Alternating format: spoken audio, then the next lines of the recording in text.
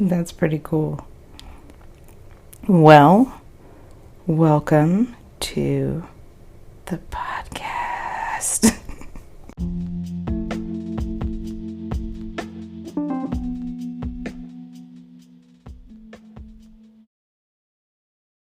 Hi. I'm so exceptionally sorry for delays, but I figured I would just, record a video to say that I'm sorry.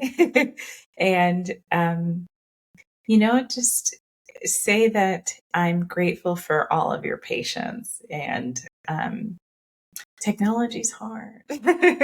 I'm not a video editor or what have you. Like I'm learning as I go, but regardless, I really appreciate your patience with all of my episodes and the technical issues. And it's been a lot of obstacles, but I'm really glad that I'm getting in a more comfortable space, releasing these episodes and sharing these conversations. So I really, really appreciate your patience. I am so thrilled to present this episode to you. Episode 2 of season 3. Desiree Padilla is the head instructor of the Women's Empowered program at Gracie University Junction with her husband, Jason. Jason was on my season 2 finale, and they're doing great things. And I think you'll really enjoy our conversation if you haven't listened already. But I do think that video adds a bit more personal touch, and I can promote my clients. And yeah, I'm my guest. So I'm really grateful to be able to share video with you as well. So thank you again for being patient. I will leave all the details below if you'd like to support me, and I have new episodes coming soon. So thanks again. Here's episode 2, season 3, Desiree Padilla of GJJGJ. Thanks for listening.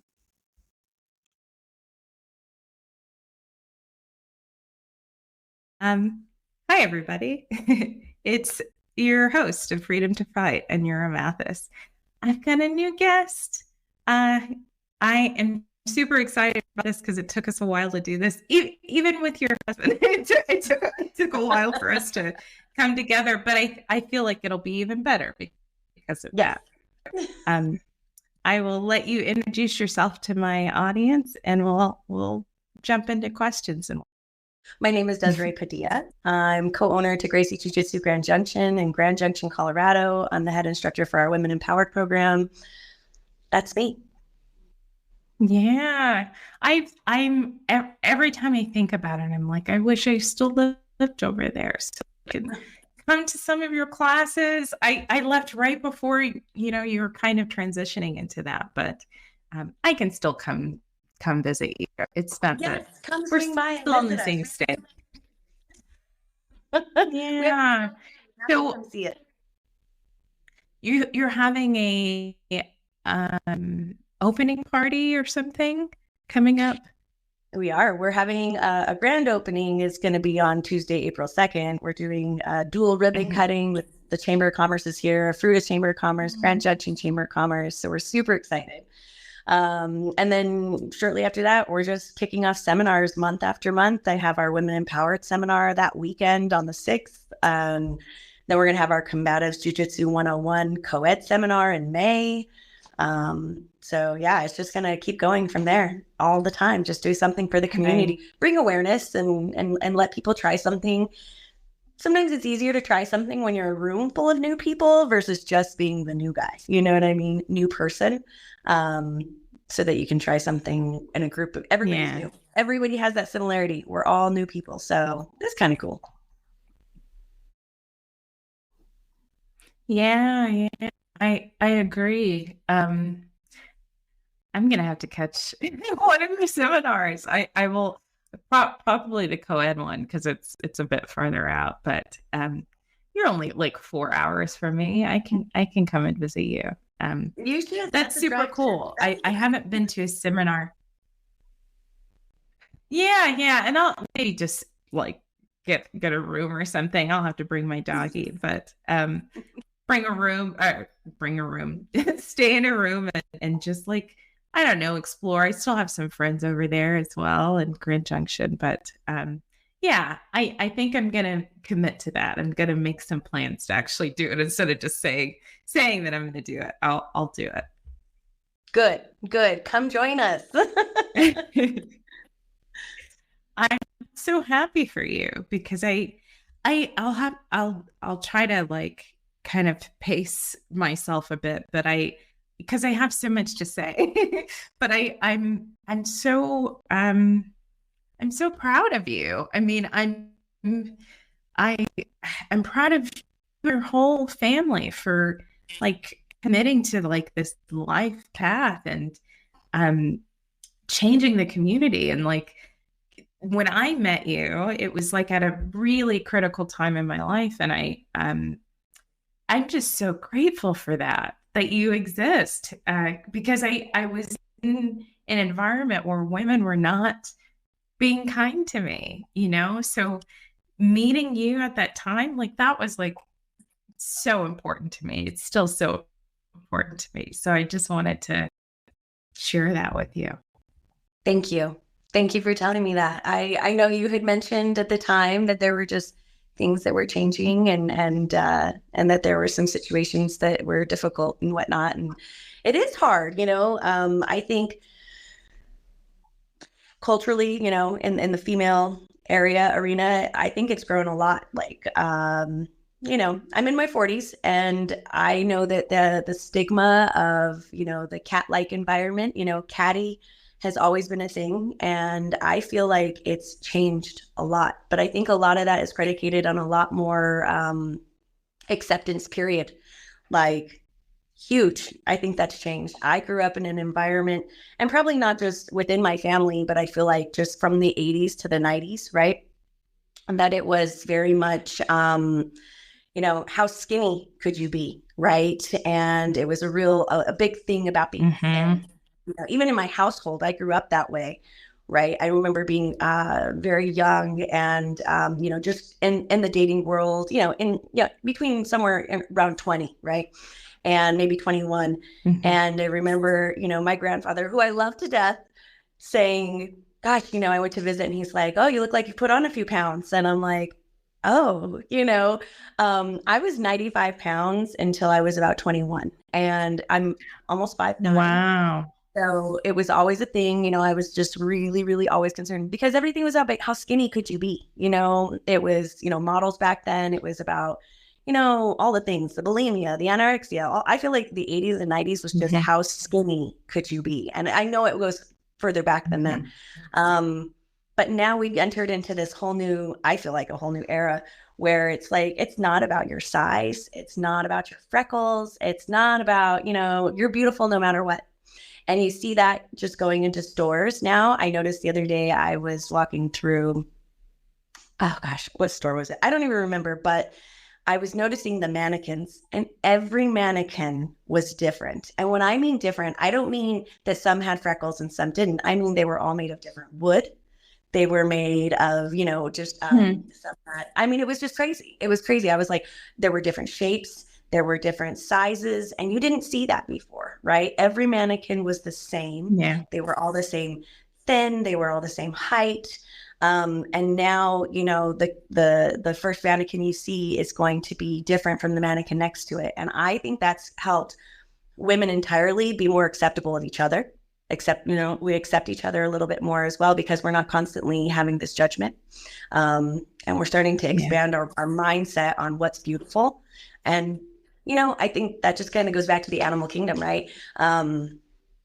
You are going to accept what feels it more acceptable, right? And if the mind is broad enough, then and what is acceptable, it's easier to accept. So, I hope that we're exiting that stage, that women are as kind to women, to each other, and that we're more accepting. And there's still the funny ha-has.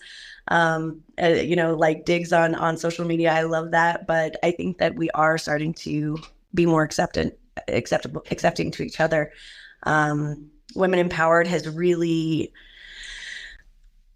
helped with that, I think, not for myself as far as being accepting of others, but I lead a culture within a group of women that I help with self-defense.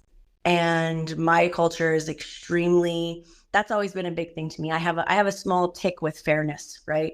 And I say a tick because it's not always served me well, because I've been so headstrong on what's fair has to be for everybody, that when something operates at an unfair level, I get booted out real quick because I don't do it very well.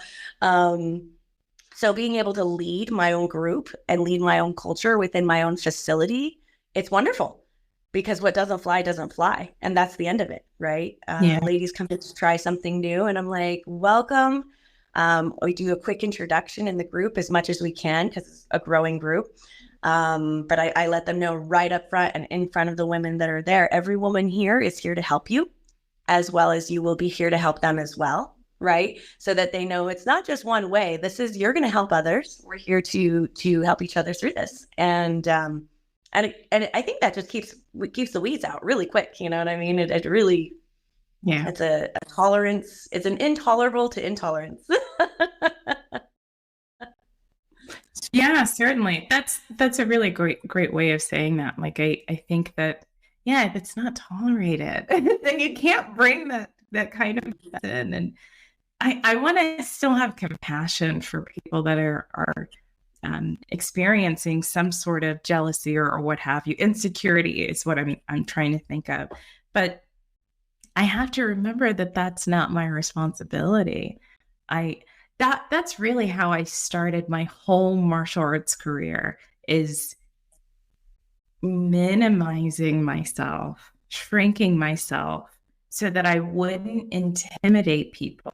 Even though I was doing it unknowingly in ways that I just wasn't aware of. Like, I know that I would be at a different rank or status if that wasn't something that I was like, if I wasn't trying to make everybody comfortable, like, I would have been promoted sooner. Like, I didn't want to, I didn't want to make the women at the gym feel uncomfortable. And part of that was,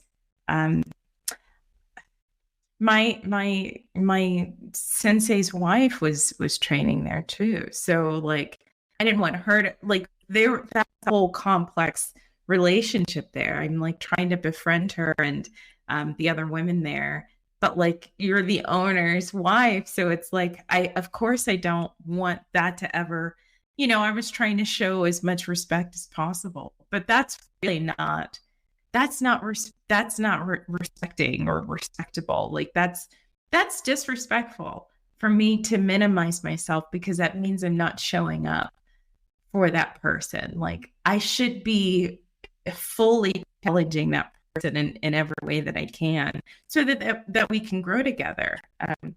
But that can't happen if there's just all this jealousy and what have you going on. So,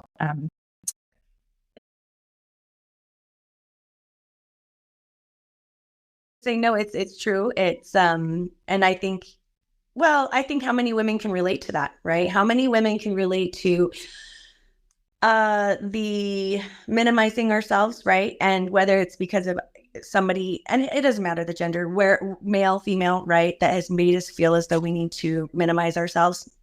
I really am big on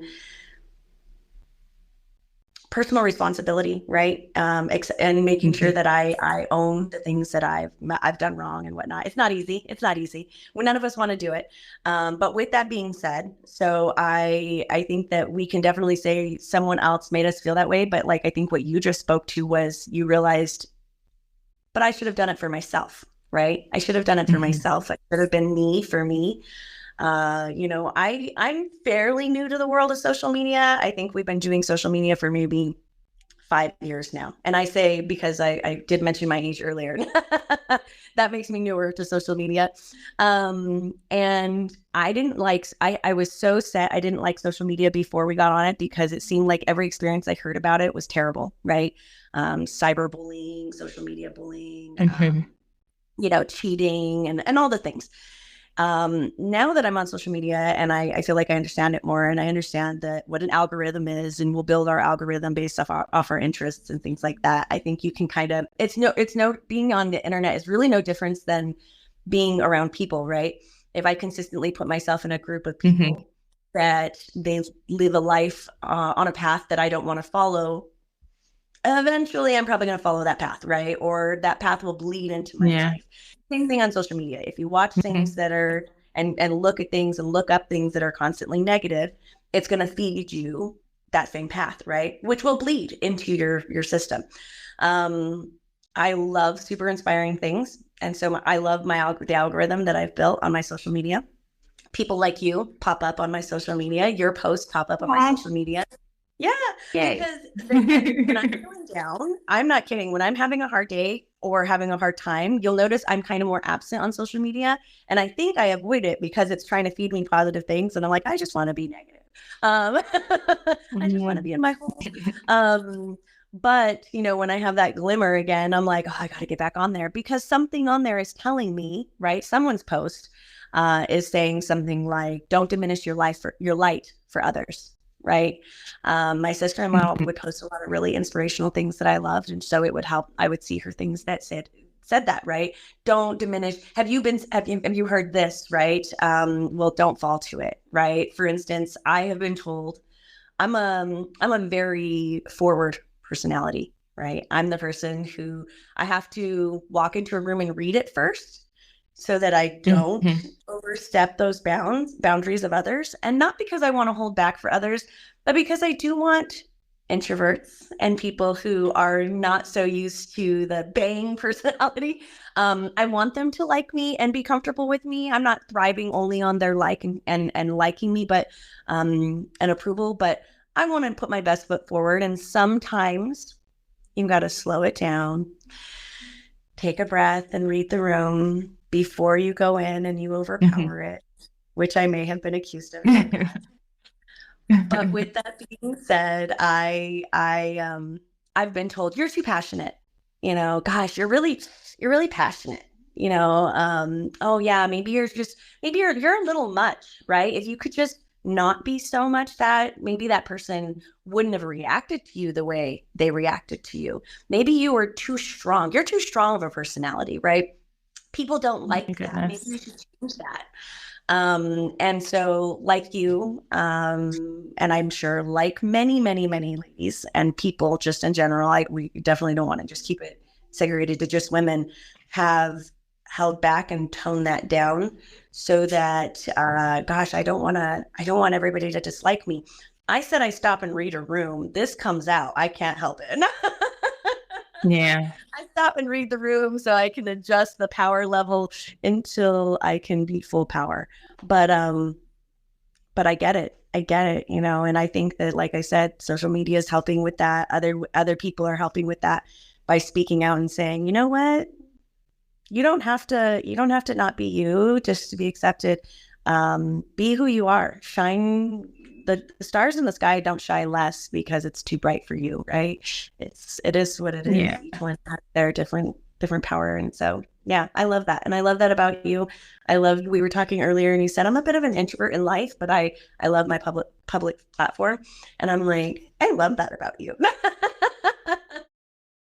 I'm like cultivating this public persona, but I am incredibly introverted, but I'll tell you, I didn't get to spend a lot of time with you, but I didn't feel uncomfortable at all from the second I met you. Like, you just really welcomed me. And yeah, that's really what you should expect. But some people are not like that. People are just putting on a mask and, why is she here? Like, well, let's figure out, what her weaknesses are so we can use it against her, like that kind of stuff. And none of that came across from you at all.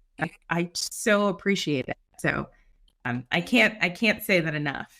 It really did change my life quite a bit. So I didn't have a great time in Junction outside of taking classes there. I was just struggling. I was trying to sort.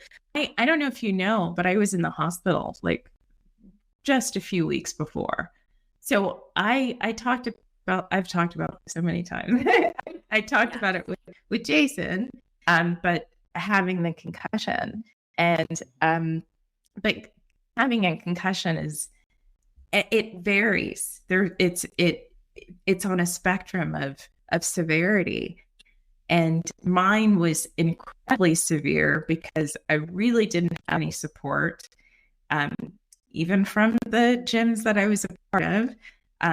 But also, like, I was trying to communicate to the hospital staff, like, that has never met me before, has no medical history, like, what my life is while I have this brain injury, like, they didn't give me proper treatment and really put my life in danger.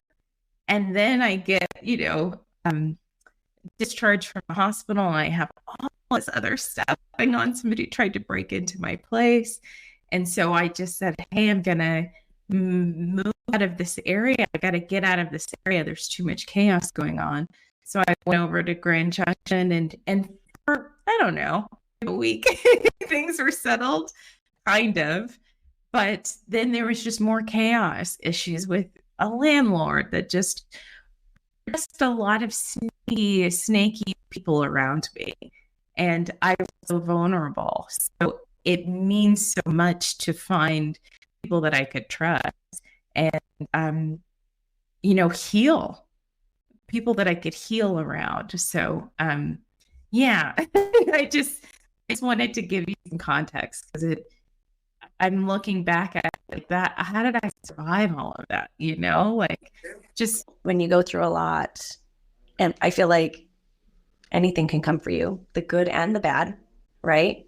And I'm glad that we had some effect in your life, even for our brief moment shared together, because it was wonderful having you. We were so you remind me a lot of my sister-in-law.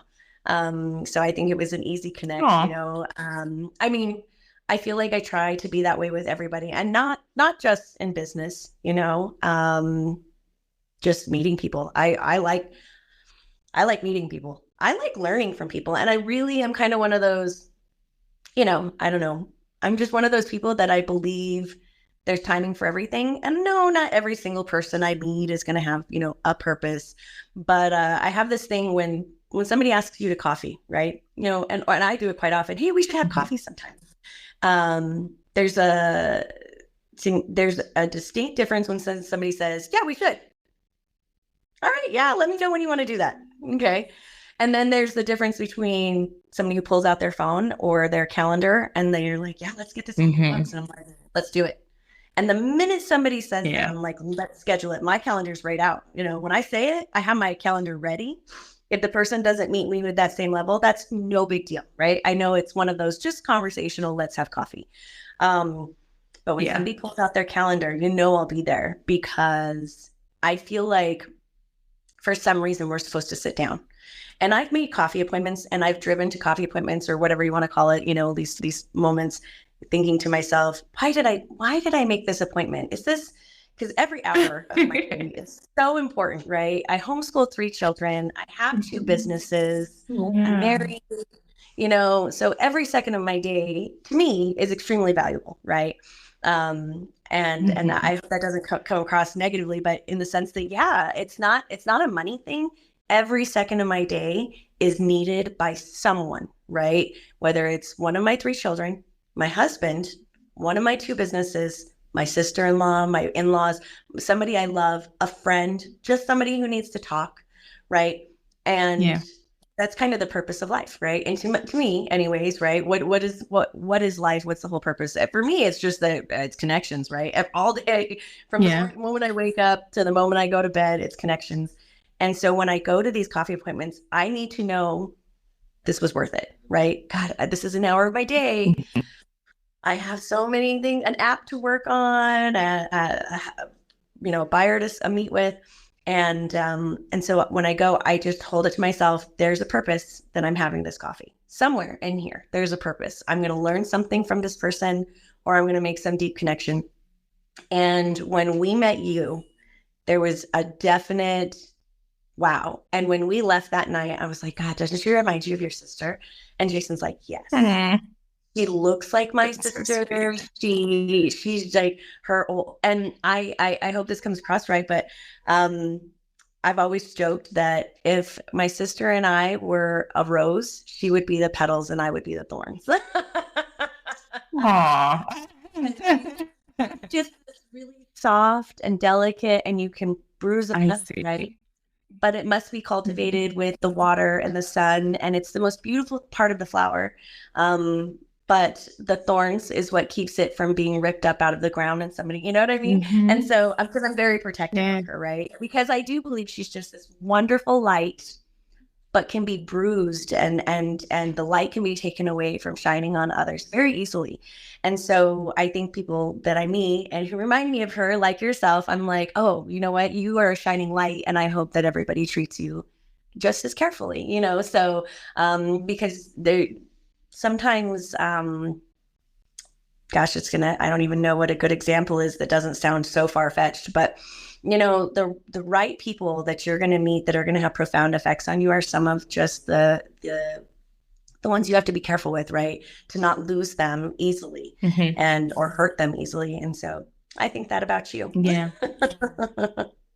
I really appreciate that. That makes me feel I'm giving myself a hug and I'm giving you a hug somehow. Like I really accept that. I appreciate it. And I have through, and I'm still like learning, you know, in the learning stages of how to really have self-respect, you know, and you know, not let outside of opinions, you know, influence me too much. It's happening now. I think I already mentioned how nosy people are here. They're just looking me up on the internet. What is she doing? Like, I've never even had a conversation with these people, and they're on my social media. It's crazy, but I have to, there has to be a separation. That's them. That's their lives. That's their opinions. I have my own life, and I'm going to be unaffected by anything, everything they do. So,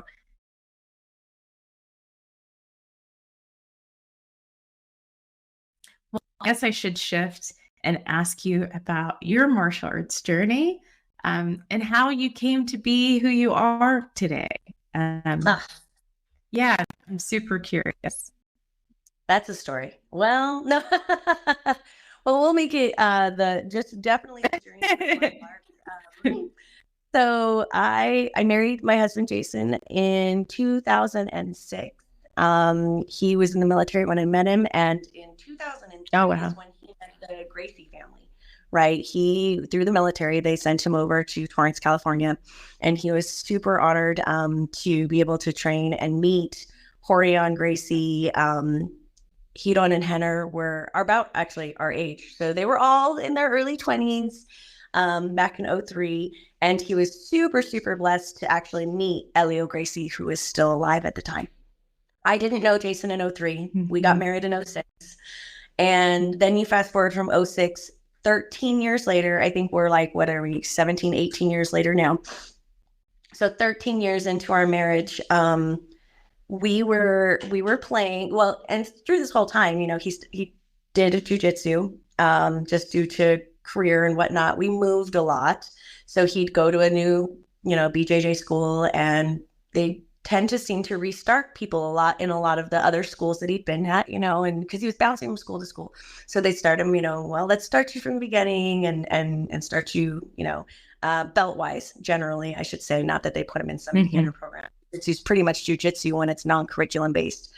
And I sat and supported him at every jujitsu school. I loved it. I'd usually be reading a book, maybe pregnant. I'd always get to have some great conversation with some instructor he had back in Albuquerque.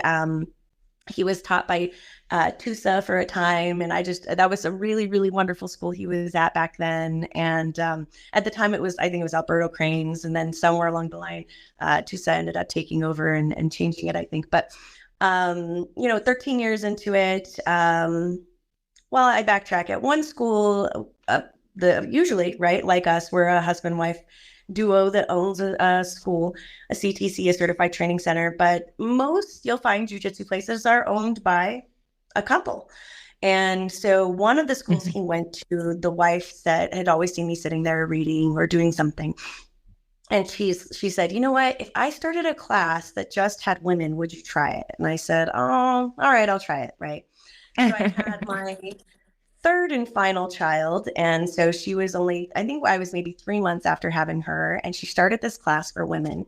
And I went into the class, and within 15 minutes, this other woman decided she was going to use jujitsu. And she threw my back out. She jumped right on top of me and put all her weight into me.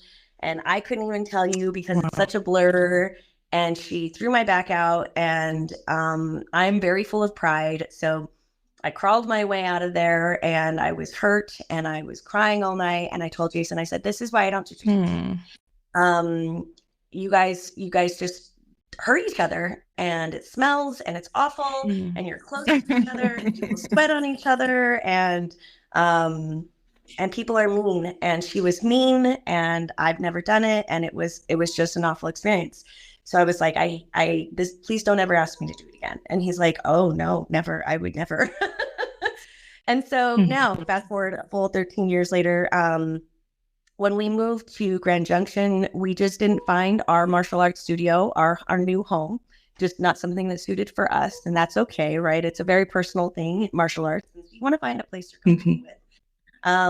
So in 2017, he found the Gracie family again. And so he started studying through online curriculum with the Gracie family. And he's like, babe, I really want you to do this. I really want you to try it. It's very family oriented. It's not like the other places. Just do some stuff with me. And I'm like, all right, well, it is just you. There's no one around. Maybe.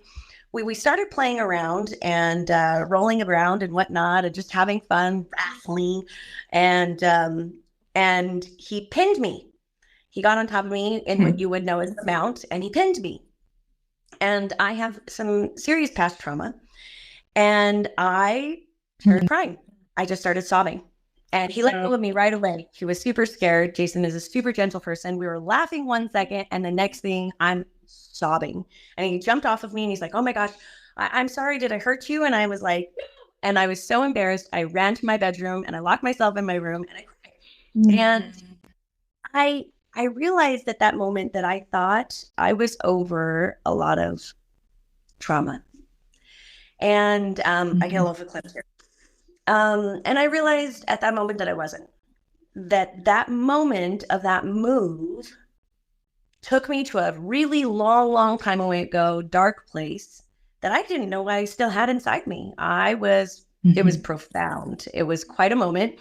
And I was embarrassed because Jason was scared and shocked. And I felt bad for making him feel that way. And I was completely floored. And so eventually, I come out of my room and I'm like, I'm fine. It's me. And I think I have something to work through. I thought was worked through. So I said, you know what? I didn't like the way that made me feel. And I don't want to feel that way with you, especially. It's not like we haven't been in this, position before of playing around. I said, but I don't want to feel like that ever again. And a lot of people meet me and they're like, gosh, you're the strongest person I met. You're such a strong woman. And at that moment, I didn't feel strong. And so I told them, I don't want to feel that way. So I want to start training. I want you to start training me and showing me things, because that was awful. And if it's just us, and you promise it's just us, and I don't have to do anything with anyone else, I'll do it. So from that point on, Jason started training me in the garage, and I would watch videos with him on Gracie University.com. And I'm like, okay, I think I can do that. And I was completely out of shape. I had just finished working 6 straight years of managing a retail store. So you know, 6 days a week are walking around as a manager. There's no time for exercise. You're always tired. And, you know, 3 sessions later and all this stuff, I couldn't touch my chin to my chest, right? Because of how like my neck hurt all the time. So we started doing yoga. We didn't even work out. We started doing yoga and a little bit of jujitsu, and yoga, a little bit of jujitsu. I couldn't lift my hips off the ground, right? To do a trap and roll, I couldn't even bridge. It hurt. And so I got stronger and stronger, a little bit more and more. And then I took my combatives test. It probably took me a year and a half. 18 months in, I finally graduated combatives. And along that time, I started studying Women Empowered, their program for women. And I was in love. But I knew, I'm not a well-coordinated person, so I knew I could only concentrate on one at a time. And so I was doing a little bit of Women Empowered. And then once I got my belt in combatives, I set that down and I was like, that's it. I'm going Women Empowered 100%. This is all I'm going to concentrate on. You keep doing your thing. This is my thing. And so I started studying it, and that I've always told Jason, I don't know what I belong doing. I love leading. I love training. But you know, maybe I don't know. I've always been in sales. I want to do something. I want to help people, but I don't know how to help people. Right. And I knew Women Empowered was that. That was my calling. I saw it and I was like, I have to become a Women Empowered instructor. That's what I have to do. I think I can help women who have had that previous experience, you know, a past trauma or no past trauma, but don't ever want to have a past trauma. And so that's what I did. And that's where I fell in love with it. And so, you know, fast forward, we opened our Gracie garage, we renovated our garage, turned it completely into a dojo, fitted mats, painted it. It's just after COVID. So we didn't know if we'd actually have the ability to have a business. Who knows if anybody will touch each other again. So we started servicing the community for free. That blew up like overnight, I feel like. And so 3 months later, we started renting a small space. You know, we'd come in, we'd put down mats, Velcro them together, teach 3 hours of classes, clean them, stand them up, pile them up. This went on every day for 3 months. Then we subleased a permanent small space. And then about a year after that, we upgraded. A year after that, we upgraded. Not even quite a year. And now here we are, we upgraded and are in our own space now, which is fantastic. That was my journey, you know, from out of shape, can't do it. I'm not going to say I can't say, oh, I was the person who had no self-confidence whatsoever. I didn't have any self-confidence in a martial art, right? I never did anything like that growing up. I never did karate. I wasn't a dance class kind of girl. I played volleyball. To be athletic. I wasn't extremely athletic. I never really tried anything. And so it wasn't, but I didn't have confidence in that kind of a world. And so slowly but surely, I would tell him, okay, I'll try rolling with that guy, but I would handpick people, right? I'm only going to roll with that one person, but no one else. And then I would get comfortable and be like, okay, I want to roll with that really big guy. Do you think that's okay? And he'd be like, yeah, talk to him. Let him know what your comfort levels are, if you think so, and be honest. And the Gracie family stood behind that like 100%. That's on everything they have, you know, only spar with who you're comfortable with, only work with who you're comfortable with. It's not enough to be sparring. Never pick a partner that you don't think will help you and will be somebody that you're comfortable working with. And I loved that. Nobody was just going to be like, hey, you want to spar? No, I don't.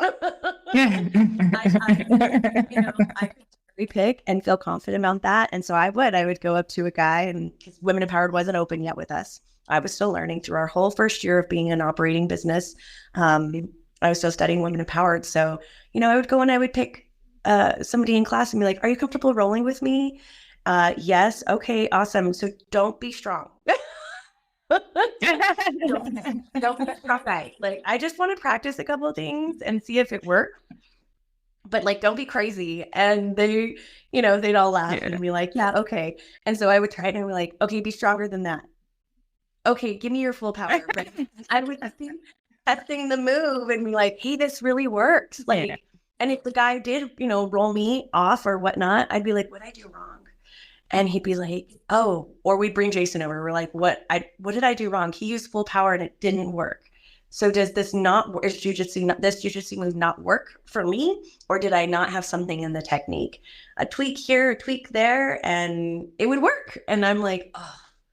So I think that's really where it is, kind of speaking on your prior experience that, maybe you had a negative experience in a jiu-jitsu facility or a facility of martial arts. I would not, for my personality, I love tournament-based gyms. It's what I've watched Jason do for years. But I would never do one. I would never do a tournament-based gym because that's not my personality, right? I need to grow into that. Even now, I just don't have the drive for it. They should have caught me in my 20s when I was much angrier. But now I'm somewhere having kids. I don't know. I lost my anger. Man, do I love feeling the power of a technique work. Like, what? That worked, and it makes me feel strong. It makes me walk around with more confidence. It doesn't make me walk around when I pick a fight. It makes me walk around knowing I'm going to pick a fight. Right. My awareness level is different. My boundary setting is different. Just because people think you're a strong person doesn't mean, I think strong people are sometimes mistaken for just being loud, right? Loud people can be like, wow, that's really strong. Oh my gosh. No, right?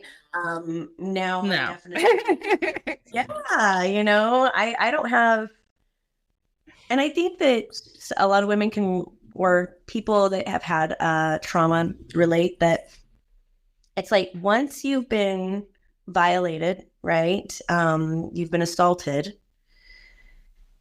Somewhere after that, it's like anybody who's that same kind of person smells it on you a mile away. And it's almost like flies to sticky paper. It's just like, it wasn't just once in my life I was in an uncomfortable situation.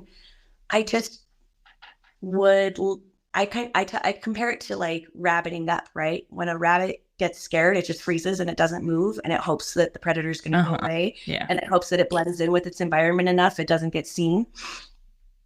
That's what I would always say. I'm like, oh, I rabbited up, and I think a lot of women know what I mean by that is, somebody makes you uncomfortable, and you're like, this moment will end soon. If I just don't say anything, he's going to stop doing that. And, oh, yeah, nope, I love hugs. Yep, yep, this is not great, but I'm not going to say anything because it'll stop. It'll go away. And it might stop right now, but tomorrow, that coworker who made you feel that way, that person in school, they're going to do it again. And then they're going to do it again because you didn't set a boundary. But if I do, then I'm the one, I'm the witch. I mean, how many you can cuss if you want to. Can you? I'm like, can you do that on this show? No. You can, yes. Explicit. How many times not for kids. Somebody, cat call them and you're just like, whatever, or you don't say something or you ignore them and they're like, whatever, bitch, you're not that good looking anyways. Right? And you're like, exactly. Damn, you know what I mean? And so now in my classes, I joke, right? I don't curse in my class, but I tell the young ladies that are there, I'm like, come to me for dating advice. If somebody hits on you and you reject them and they are angry about that, they were never the person you should have said yes to anyways. Do not do that. I mean, there's so much I could say about that. Oh my gosh, it's very telling what type of person that is that would even react like that. Like, it's such a facade. Oh, baby, but immediately you're gonna cut me down. You would abuse me if we were together. But I have to say, what an incredible story. Honestly, like going from having no experience at all to having just had your third baby, I think you said in 3 months that, oh my gosh. And being around someone that was not gentle, was trying to kind of like, that's not an experience you should have, like it shouldn't be, that you are in competition mode for, your first time trying it. And that person just took advantage of that. But to put through that and keep training, and then to develop a program on your own, like that's a heroic story. I mean, it truly is, like, because you're overcoming your fears by facing them. And a lot of people just don't ever get to that point. And I don't want to minimize that experience, because life is just hard in general, but it just does take some balls to do that. It really does. Thank you. Not that you have balls.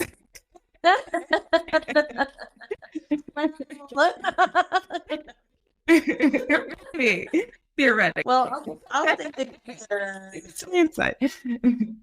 Without the Gracie University, the Gracie family, the Gracie Foundation, I know I would never have done it. I would never have done jiu-jitsu. And that's just me. Yeah. I'm not saying there's not, foundations and that have been developed by other organizations that are not profound. Jason was in so many areas of different jiu-jitsu and he loved it. And there's so many people who do it. There's a tournament-based school here within our city. And we refer students to them all the time who are looking for that kind of a vibe. That's wonderful. I can tell when somebody comes in and they're like, wait, so we don't get to spar night one? No, we're not sparring night one. Yeah. Just that moment. And I'm like, but hey, I know a great school. There's like a great competition-based school or tournament-based school, whatever you want to, however you want to exactly label that. But that is going to probably suit what you're looking for. That's one of the reasons we give a 10-day free trial, is so that people can try out different schools before you make a financial commitment. Try it out. There's other schools in the city. Figure out what's your vibe. And like we said earlier, it's such a personal thing, martial arts, that you need to try it and figure it out. What's your flavor, right? Sometimes people will start with us and later develop the taste that they want to roll hard all the time before graduating to the next program. I mean, we do have a next program that will do jiu-jitsu on jiu-jitsu, but it's not tomorrow. It takes time. It's going to take you time to get there. Yeah. And if somebody's looking for that, I think it's great that there's a wonderful school, hopefully in a town near you. But there is another school in town that is going to be more of that vibe. We're the school that's going to be technique, detail oriented, reflex, details. And once you've developed that, once you can soundly protect yourself with street readiness, right? Now you're ready to learn jiu-jitsu against jiu-jitsu. I tell people, they say there's 6 to 8% of the world that will practice martial arts, right? That's kind of your percentage, somewhere in there. Mm-hmm. I've heard that. Don't consider that facts for me. Interesting. I've read yeah, it. okay. I've read it. So 6 to 8%, right, is what they say. And let's go with 6%. 6% of the world practices martial arts, and 2% of that is jiu-jitsu, right? We hold off, in my belief, and it's best to hold off training jiu-jitsu against jiu-jitsu so that you know how to protect yourself against the other 94%, right? 94% of the world that's not practicing martial arts are probably your untrained opponent, right? The person who's bigger, stronger, more athletic, right? That might want to fight you or attack you. Let's prepare for that base first, right? Learn how to be reflexive and protect yourself, protect your family. Graduate that program, and then move into the master cycle. And now you can learn jiu-jitsu against jiu-jitsu, because now you want to learn how to unravel the quilt you just built, right? All the strings you put together. You're like, yeah. Now how do I undo that? You know what I mean? I think it's cool. I like that a lot. So Women Empowered really gives you a lot of the foundation of how to protect yourself against assault and attack. When people ask me, what's the difference between the co-ed program and your program? Our program specializes on assault and attack, right? And boundary setting. We teach from, non-lethal verbal assertiveness all the way to the other end of the spectrum. I can't just teach you lethal action, completely. because you might be dealing with an unwanted advance from a non-stranger, that coworker, the person at school. You know, you can't necessarily just break off and kill the person or cause serious damage. Sure. So we work on just the verbal assertiveness of that. What's the verbal assertiveness? And if you can work on being verbally assertive in a room full of people that you're comfortable with, you know, other ladies of like-minded situation, like-minded goal, you can do it outside of the room, right? But first you got to start somewhere, you know, because even with myself and working with Jason, when I was practicing Women Empowered in our garage and I had to work on the, you know, just the verbal side of that, I'd be like, stop, don't come any closer. Right there. And he's like, what are you doing? I'm like, well, and now I'm just the last person in the room again. So, well, that's pretty amazing. Coming from where you said you came from, to you became what you needed back then. You know what I mean? Like the safety that you needed, you became that, and you're providing that to other people, and that's like the highest form of evolution, in my opinion. I think that's just like such an important service to give. So thank you for all that you do. And I'm like still like kind of thinking of what you were saying, like the percentages, even though I won't like quote you on that, but like 6 to 8% is not a lot of people that train in martial arts. I didn't grow up training in martial art. You know, I didn't have any experience with it, or maybe even a ton of interest outside of like watching movies and stuff when I was a kid. But I just assumed it was more people, but even fewer people train in jiu-jitsu. So it makes us kind of a unique group of people, you know, like that's pretty amazing. So you're even more unique, you know, because you're catering towards women that, I mean, in a world that we live in now, I mean, there is just trauma. We're just constantly being traumatized, like everywhere. I mean, living in the state of Colorado, oh my gosh, all of the shootings. I mean, there's so many now, like serious car accidents that end in fatalities. There's just people are on edge. I don't know if you've noticed this lately, but it's like people are not happy and they're taking it out on each other. And I mean, freaking neighbors are doing the same thing to me. Like, I have a problem and it's you. Like, okay, well, I just feel like it's just every direction, coming in every direction. And so you're a guiding light. You're a very special person. So I'm glad that I'm connected with you, you know. So and I also feel like you are I mean, you're like me, and how am I trying to say this? Like you are, like you're teaching women the skills to kind of like you were saying, to like avoid, like to actually speaking, like trying to avoid that assault, but also like the physical part of it. So it's like as a therapist, I am giving part of that, but I'm not giving that other physical part of it. So I kind of feel like you're like a new age, like therapist, like a new age, like instruct. I mean, honestly and truly, like these are real life tools that people need right now. So I just kind of feel like you're unique in that way. Yeah. Thank you. No, it's, you know, I'm just a tool in a bigger toolbox. Right. And I love being that. Like, we're all going to reach for what we need at the time we're in our life. Right. And I'm just, like I said, I say tool in a toolbox. If the toolbox is Gracie's Jiu-Jitsu, then I'm just grateful to be part of that toolbox, that somebody else might need what I can offer, right? Sometimes you need a hammer instead of a Phillips. And the ladies, you know, my work is very selfish and very self-serving, in my opinion, because I thrive off teaching them. I thrive off seeing them come in and from can't to can, right? And their success stories. So I've been teaching, February. So my program kicked off in February of 23. So I'm just over a year now. And so some of these ladies have been with me a year, some of them have been with me 6 months. And they have been sharing recently, I've been getting this onslaught of stories, success stories. And I'm like, oh my gosh, right? And they're like, if it wasn't because of this, I would never have done that. I have a young lady who she's a nurse in the VA, and she's a VA nurse. And so she was telling me, she's like, hey, and I'm talking from big stories to what some people consider are little stories.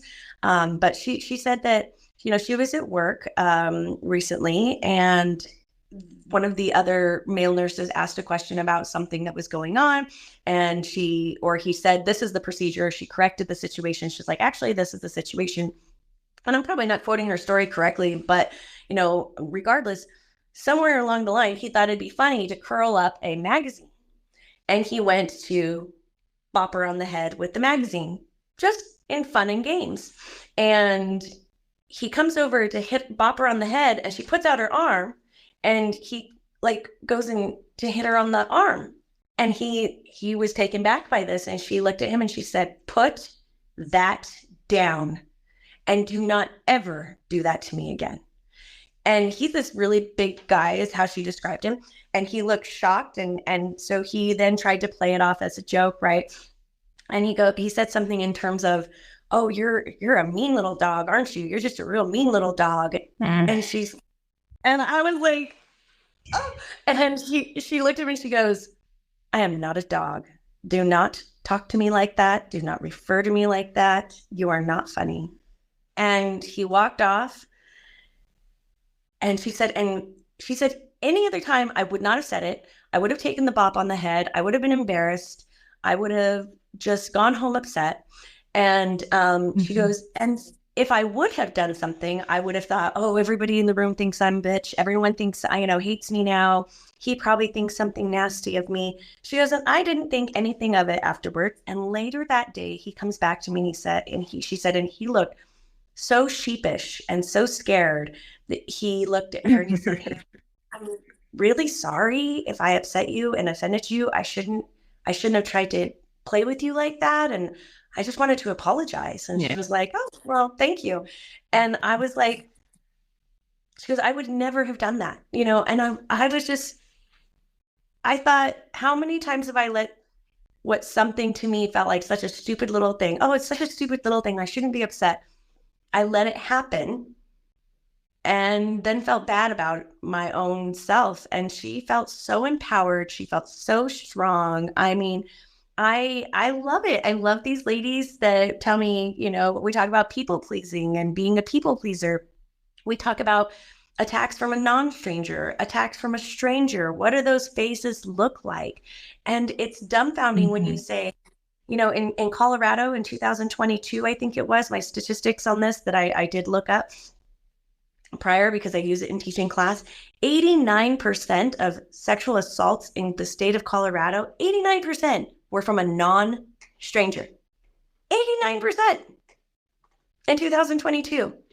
That means 89% of assaults were by somebody they knew. And when you say somebody they knew, it doesn't mean their best friend, their brother, their uncle, their father, their cousin. It's just somebody you know. It could have been at work, at school, at church, it's just somebody you know. And so to start to recognize that early, we talk about not just recognizing it early, but I tell ladies, if it's already happening right now, that the boundary was never set and we're already into you receiving uncomfortable treatment, and you're thinking to yourself, well, Desiree, it's already there. What can I do now? Right? All of this is great for the future, but I have this one situation and I'm stuck. You're not. It's okay. It's okay to set a No. boundary now, right? I talk about the like, I don't like to be tickled. I've never liked to be tickled. I didn't like to be tickled when I was little. I don't like to be tickled now. But how many times, when you're young, like a guy comes and pokes you in the ribs, right? Does the like the zapping or the tickling or whatnot, and you're like, oh, that's great, and right, and then they continue to do it, and then they like hug you and, hey girl, what's up? And, you're just like, oh, this is great because he does it to all the other girls and they're not complaining. I'm fine. I tell the ladies, especially because I do work with teenagers, I work from 13 and up. In my class, in some classes are half moms and half daughters, half aunts, half nieces. And I tell these young ladies, I tell all the ladies, but I specifically put it towards the young ladies because I feel like we're so awkward within ourselves figuring out who we are when we're going through our maturity stages that you don't know how to say no. And I tell the ladies, if it's happening already, it's okay to, when they come in and they give you the tickle, for you to go, I don't know why I didn't say this before, but, I just figured out I really hate being tickled. So could you just not do that anymore? I really appreciate it. And one of two reactions, right? You're going to have, oh, dang, I'm sorry. Yeah, no problem. And there might be a little awkwardness, right? Because they're like, ooh, is she mad at me? And then there's going to be the, what? What's your problem? Yeah. Are you on your period? Yeah. Or what? It's a big deal. Something Oh stupid. my gosh. Yeah. What's wrong? What's your problem today? Option 2, you need to disassociate going forward. Option 2, that person's got to go, right? Option 1, cut them off. Yeah, cut them off. Option 1, person 1, nobody likes being corrected. Awkwardness will happen. They're sorry. It's okay, right? But from here on, you mean it. And if they respect you, they respected that boundary. Boom, this is a quality person. We're good to go. But if they had an attitude about it, if something didn't stop right then with respect, they're out. They're out, ladies. They're done. Yeah. Because this is the person who is, right, intruding on your space and making it seem like it's okay. And they're desensitizing you by you feel like you're the one with the problem. And after that, somewhere in the future is isolation, right? They drove you home. Hey, let me come into the house real quick. Can I use your bathroom? Well, yeah, right. Yeah. You've had all these red flags. You didn't like anything that's been going on so far, but you had all these red flags. You pushed past them because you think it's your fault. And now they're in your house alone because they were going to drop you off real quick, which you didn't want to happen.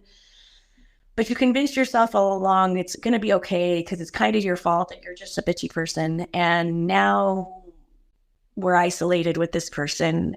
And I really hope nothing else happens, right? So it's that whole 4-stage process, right? And we don't want that. We don't want them. You just, and I joke, I see it with siblings, right? I have children. And I say, kids do it to kids. Siblings do it to each other all the time, right? They sit too close to each other on the couch. This is my spot. They sit too close. They're intruding on. Yeah. And then they desensitize it by, you're the one with the problem. No, you're the one with the problem.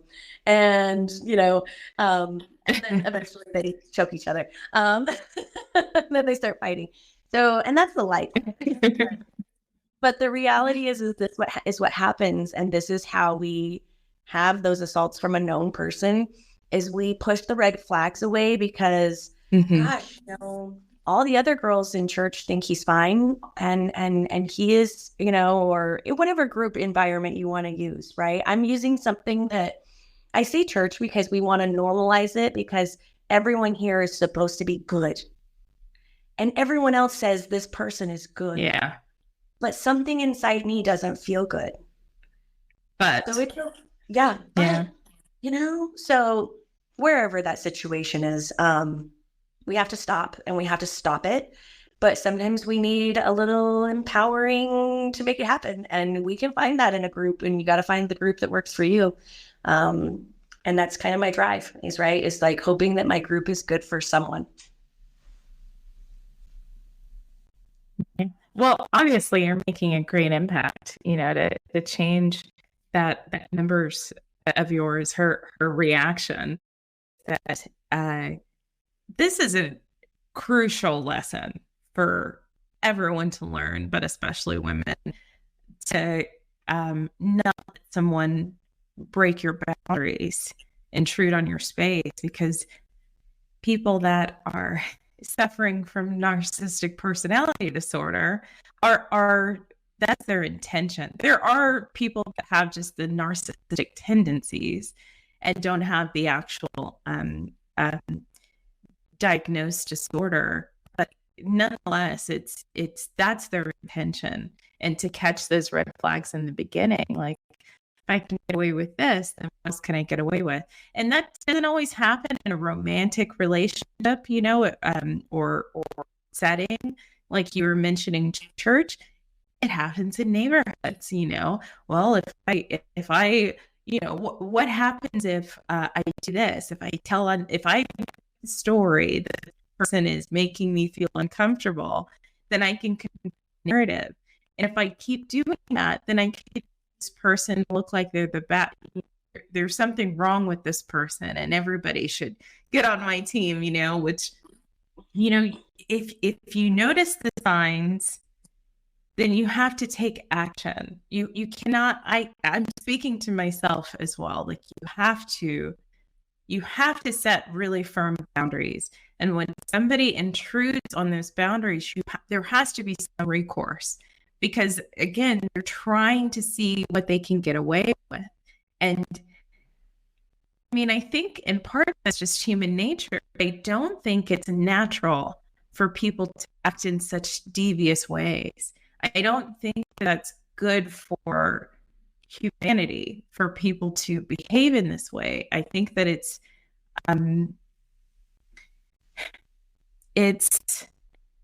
like deteriorating our culture for people to abuse their power. I mean, I think it's important to know what your power is and to use it in ways to benefit others. But when you're doing it specifically, it just kind of like shifts the balance, and I see more chaos developing from that. Like, maybe there's some short-term gain that they get from doing that, but it's like disrupting things, because when there's not equality for everybody, for men and women or people of color, just everybody, 8 different ages, different income levels. I'm thinking of class, different classes. Like, when there's inequality there, then the whole doesn't operate as well. Like, I get so frustrated that we have homelessness in 2024, and it's like just something that's accepted. Obviously, this person is lazy, or whatever the narrative is. When people are not able to be fully healthy, they're not able to give back. And when they're giving back, it's like there's a lack. Well, we've got to make up for what this person could have provided. And it's just chaos. There's just chaos everywhere, Like, there's no way for us to get through outside crises. We are this imbalance. So I think that's important to recognize the things that you've pointed out, and just like, don't put up with the bullshit. If it's bullshit, like, it's bullshit. Yeah. It's true. It's true. You got to call it like you see it, and it is. And it's hard. I'm not saying it's easy. I'm not saying setting boundaries is easy, for sure. It's not.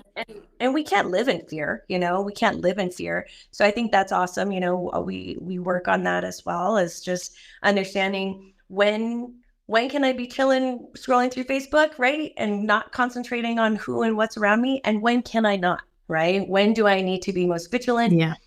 When do I need to be most aware? And when can I just be me, right? And where are those differences? Yeah. And 11 o'clock at night on the New York subway. Maybe, I don't know. Maybe it's not the place. No. Maybe yeah. More vigilant. I'm not. I'm just saying there are times that we have to be vigilant, and there are times where we can feel safe in our environment. And I'm just here to try and help discern the difference and bring awareness to that. Because man, when we're young, we have endless tomorrows. And when we're young, there is nothing in the world to be afraid of. We think. There is nothing in the world to worry about. And so I really, really love it when I have young ladies come in. I'm like, oh, so cool. When I can scoop a teenager to stay in the class, oh man, I win so big. I feel like I won so big because it is awkward. Being a teenager is awkward. The maturity stages of life are awkward. And who's this old lady telling them anything, at all, really. And so I try and make it, I try and make my classes fun. We're talking about a lot of really heavy, serious stuff. And so it's got to be fun. We got to keep it light somewhere along the way, keep it light, keep it enjoyable. And so, yeah, it's good. I really love it. I love when we can have those effects. So our seminar right now, I think this morning, I just every day try and touch on making sure the people who are registering are getting a confirmation or whatnot. And I have 52 ladies registered for the event right now. Nice. You can always count on about 50% showing up, right? So I like those numbers so far. I'm going to let that keep going. I can house about 50 to 60 people comfortably for the event. So, I'm just going to let it go. I'm going to let them keep registering until hopefully I want to see 80 women registered. I'd love to see 100 ladies registered. I'm just scared 100 ladies will show up. You'll be a mega teacher at that point. You'll need a platform. It'll be good. I love it. I'm excited. So and this year my son and I are going to head out back to the Gracie family to get certified in the combatives program, so we can be certified instructors in the co-ed program. And because now that I've been teaching long enough, some of my ladies are starting to graduate my program, and they want to make the crossover. They want to make the crossover to the co-ed program, which they never would have started. Right? They would never have worked with males. But they're feeling some power in numbers, right? They're like, oh, if those other girls are going to go, I'll go. And with that being said, they're feeling, I want to be able to be there to help instruct them. I mean, Jason's a wonderful teacher. I'm always going to assist him. But I want to be able to be in there with them more and more and say, I'll be here on these days. This will be my class or whatnot, so that they feel that strength with their leadership as well. They all love Jason, so I'm not worried about it. But, it'll be nice. So I'm hoping that getting certified, I'll be able to go in and help get some of that switch over, right? See them go from women empowered over to combatives and just keep hitting that program, keep hitting it. And so I'm excited. I have my first pink belt graduate. She's actually going to be going out in July with me to get her certification. So I'll have my first certified women empowered instructor. My little flowers are growing. Awesome. Yeah. That's really awesome. Oh, yeah. You're just excelling, and I'm so happy for you. Yeah, me too. And okay, I've got a couple more questions. I should focus on questions. Well, because we're talking. Well, I just me, because we could just keep talking. For sure. But I because we've been talking about trauma, and I'm a trauma therapist. I want to talk about therapy a bit, because this is a common phrase or common saying that people say in jiu-jitsu, that jiu-jitsu is therapy, which it's therapeutic. I'm not saying that it's not. I'm talking it. It helped me overcome quite a bit, and not just jiu-jitsu, martial arts in general. But I don't recommend that being your only resource in healing. And I do find therapy to be very helpful. So I want to talk about that a bit. I want to ask if you've ever been to therapy before, how you feel about it, and just, talk about the subject. I love that. To your question. So, yes, I have had therapy. So funny. So what was your question? Have I been to therapy? Do I believe in therapy? Is that was kind of the question? I asked you 3 questions. Yeah. So yes, if you've ever been, and like, what was that experience like? So I'll just start there. Absolutely. So yes, so the trauma runs deep. So I come from a pretty rough family situation. I was in 14 schools by the time I was 14 years old. And you don't start school till you're about 6. That's a lot of schools. I was moved around and passed around a lot growing up. And so I would say foster, but I was homed by a lot of different people, all people that were known, but moved around a lot and whatnot. And I grew up with a mother that had a lot of suffering in her life. Who's passed on now. And so because of that, I went through a lot of therapy just through the negative marital situations that she had us in and things of that nature. And so as a young person, when I was in therapy, I was a very angry young person. And I did not believe in therapy. I thought therapy was just a person that you had to pay for a friend. And that was just, I thought it was just a ridiculous situation. I saw my mom in therapy my whole life and it never got better. My mother attempted suicide when I was 4 and her life ended due to suicide when I was 20. And so my belief in therapy was very, very negative for many, many years. Now, like I said, I'm in my 40s now and I've had therapy since then. And I've had wonderful, wonderful turnaround with therapy that has helped me a very, very great amount. And I think that my misunderstanding was that therapy was to have somebody, a friend that you could just talk to, right? That you were paying for an hour of somebody to be your friend.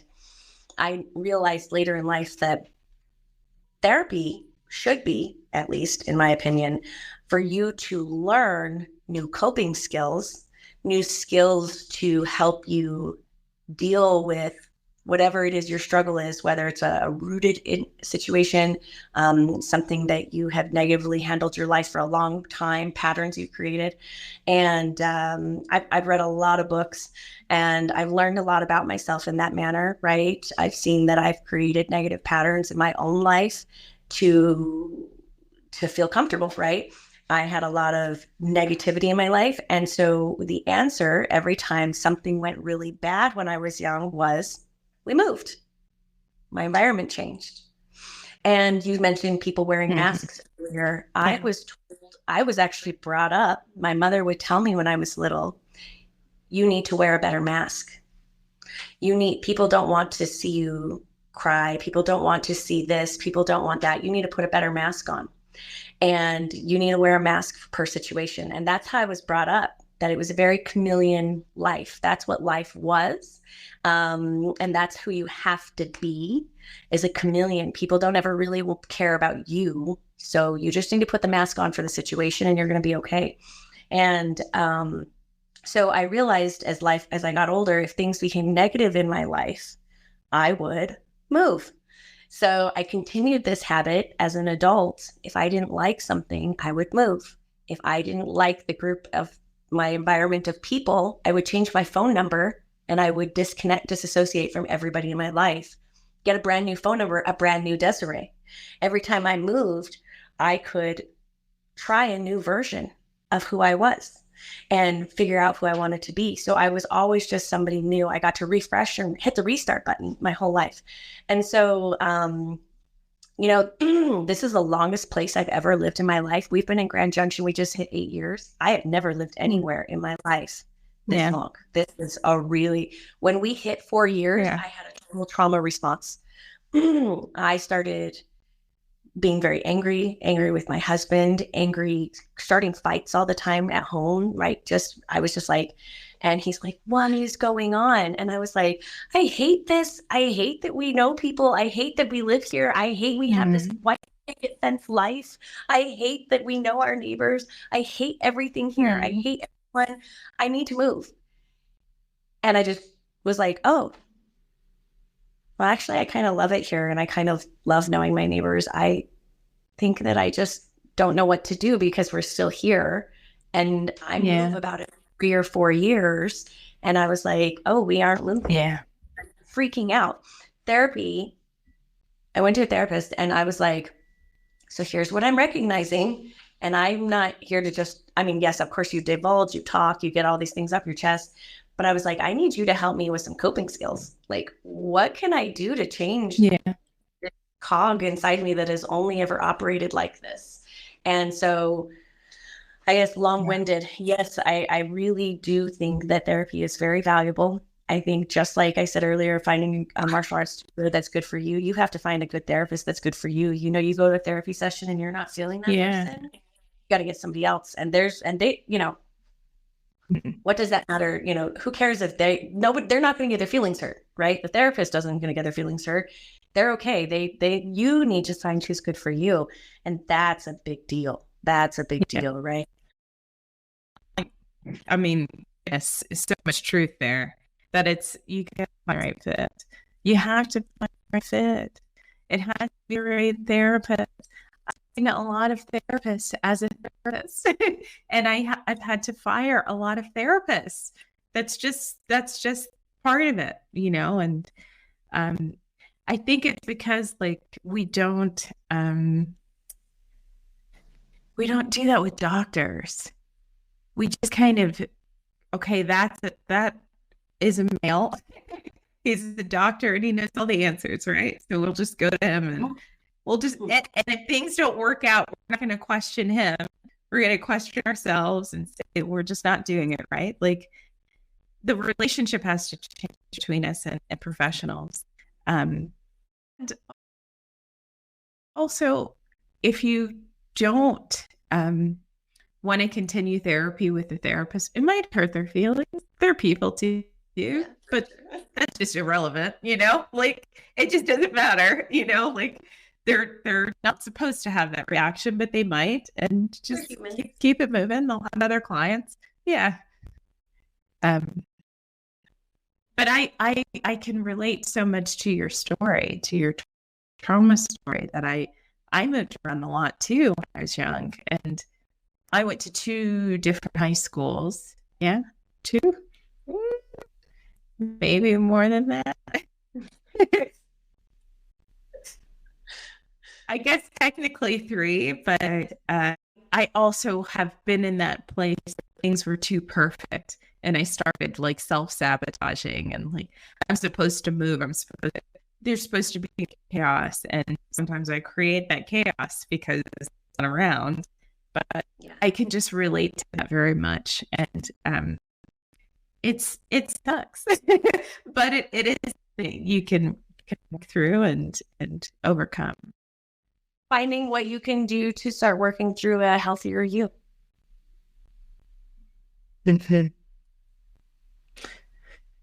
Yeah, and recognizing the signs, you know, and doing something about it. You could really just damage so much just thinking you don't deserve love when you really do. That's a big you deserve happiness and safety. Yeah. Mm-hmm. That's true. Yeah. I'll talk more in general on my podcast and on social media about therapy and therapy resources, and I'll try to integrate more of my actual virtual therapy practice into my podcast so that people know the resources exist, and some of these triggers might come up and what to do about it. I'll try to focus more on that this year, but I just have found some healing and therapy and different kinds of therapy. I'm an EMDR therapist. I don't know if you know what that is. I don't know if you've heard of EMDR. Yeah. I do. Yeah. One of the gentlemen who goes to our facility and is getting certified this year to be an instructor with us, he's an EMDR therapist. I think he's like one of very, very few that are here in Grand. And he's I think I remember him. Yeah, I think you met Neil, and he's just wonderful. And he shed a lot of light in my life, just being exposed to him. And Jason had a real traumatic head injury a couple of years ago, and I literally watched my husband almost die in front of me, and my children and I watched him almost die in front of us. And I didn't realize how badly that hit me. And Neil came over and he worked with me for a little bit. And that was very, very great. It was wonderful. You guys have some tricks up your sleeves. I appreciate. Well, it's science and stuff, but yeah, Jason talked to me about that on our episode, and I had somewhat a similar experience. So I'm glad that you have good people around you, and that you're doing so many good things with your life, and that you came on my show. And I'm going to ask you my final question. Final question has to do with the title of Freedom to Fight. So my final question is, what does freedom mean to you?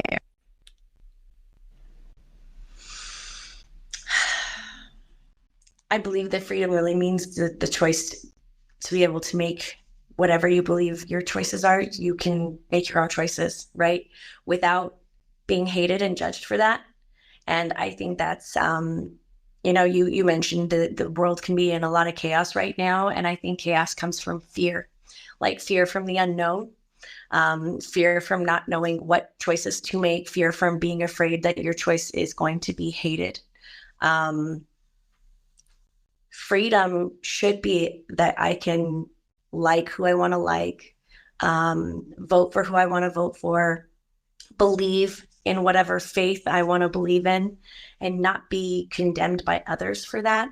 That's true freedom. And I don't really think that exists, honestly, truthfully. I think that that's a pretty far-fetched belief. I had a good friend at one time that we were driving through a neighborhood, and this was back in the last election, and he saw all of these signs for the particular president that he was not wanting to vote for. And he started going at these houses, right? And I was totally shocked because this was not how my friend acted ever. And I was like, what are you doing? And he's like, oh, I wish I could just burn every one of those signs and all of these idiots and, blah, blah, blah, blah, blah. And I looked at him and I was like, I was completely shocked. I'd never heard him talk like this before. I knew he was very politically where he's, stands, but I was still shocked. And I looked at him and I said, as a parent, I tell my kids all the time to don't touch something that's not yours. What would make you think for a second that it would be okay? Like, they're just expressing their freedom to choose. And,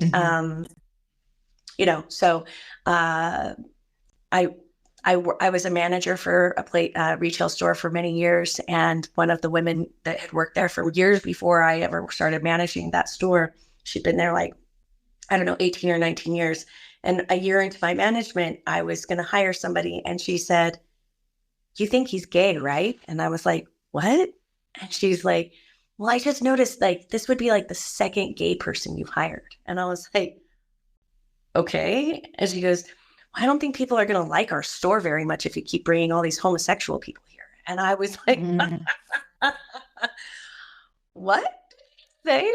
And she what? Exactly. Being honest, I shouldn't have to be. That's true freedom to me, is I can like who I want to like. I can hire who I want to hire. I can vote for who I want to vote for. I can believe in what faith I want. That's true freedom without you hating me. I could love to learn when somebody is the opposite of me or likes things or does things that I don't. I'm always interested. Yeah, why? I'm just curious. I don't care that that's who you want to vote for, but I am curious. Why are you going to vote for that person? Because maybe you're going to show me or teach me something that will open my eyes, that will help me see something from your perspective. Maybe I won't agree in the end, but I am interested. I really want to know, and not to debate with you, not to change your mind, not because I want you to start thumping on my door for it. But I am curious, right? One of my best friends, we are not politically aligned whatsoever. I don't care. I love her. She is the coolest person. She is we have so many other things in common. But that to me is our freedom, is that I respect all the things about her and I love her for other areas. So yeah, that's freedom. That's freedom to me. That's the ultimate freedom, is that I can do what I want to my body, to be who I am, to love who I want to love. And you cannot hate me or hurt me for that. You should just continue doing you, man. You do you, man. You know, I mean, I don't understand the rest. I try not to be, I'm not an extremely sensitive person, but man, I will be honest. When I hear of certain hate crimes and things of that nature, murders or mass shootings or whatnot, I cry. Like, I'm verklempt right now because I'm like, you don't like somebody because of their color, like, or because of their, you know, they're human, right? I don't get it. I don't comprehend this. Like, why would you feel that way? We're all people. Like, but I've never been raised in such hate. I've never been raised in that manner that you couldn't just love somebody because they have too many freckles or they're the wrong size to you or any of that, or they vote for somebody you don't like, so I should hate you. I may thoroughly disagree with you. It may upset me that your belief is in that area because I'm worried for that, but I'm never going to bring it up. You know, I love you for you. And if you ever want to talk about it, we'll talk about it. But other than that, that's freedom, is being able to love everybody because you can. So, yeah.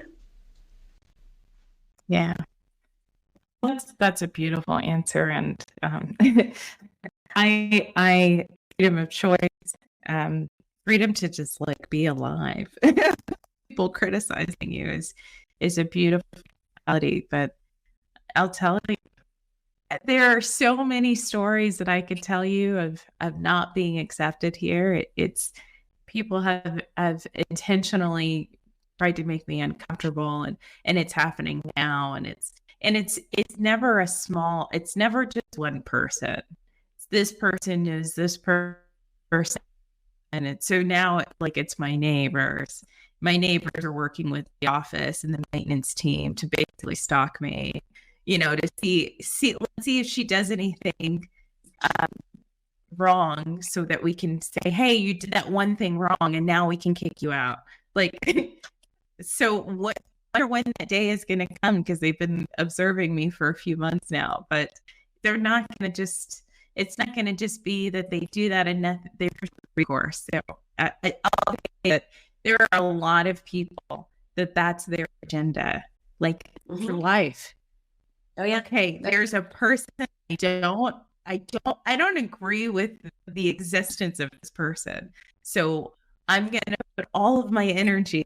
They have children. They are married people. They're they're adult people that, you know, are not living their lives. They're investing their time and trying to diminish somebody else's life. So it happens all the time. Really, I think you can find, and just detaching that as much as you possibly can. Just people are going to be people. They're, you know, hateful people exist, and just let them. These are not happy people. Happy they wouldn't be spending their time doing that. Absolutely true. Yeah, absolutely true. And it's heartbreaking. I feel you there. You know, when I was young, my mom had moved us to a town, and I was predominantly not the same color.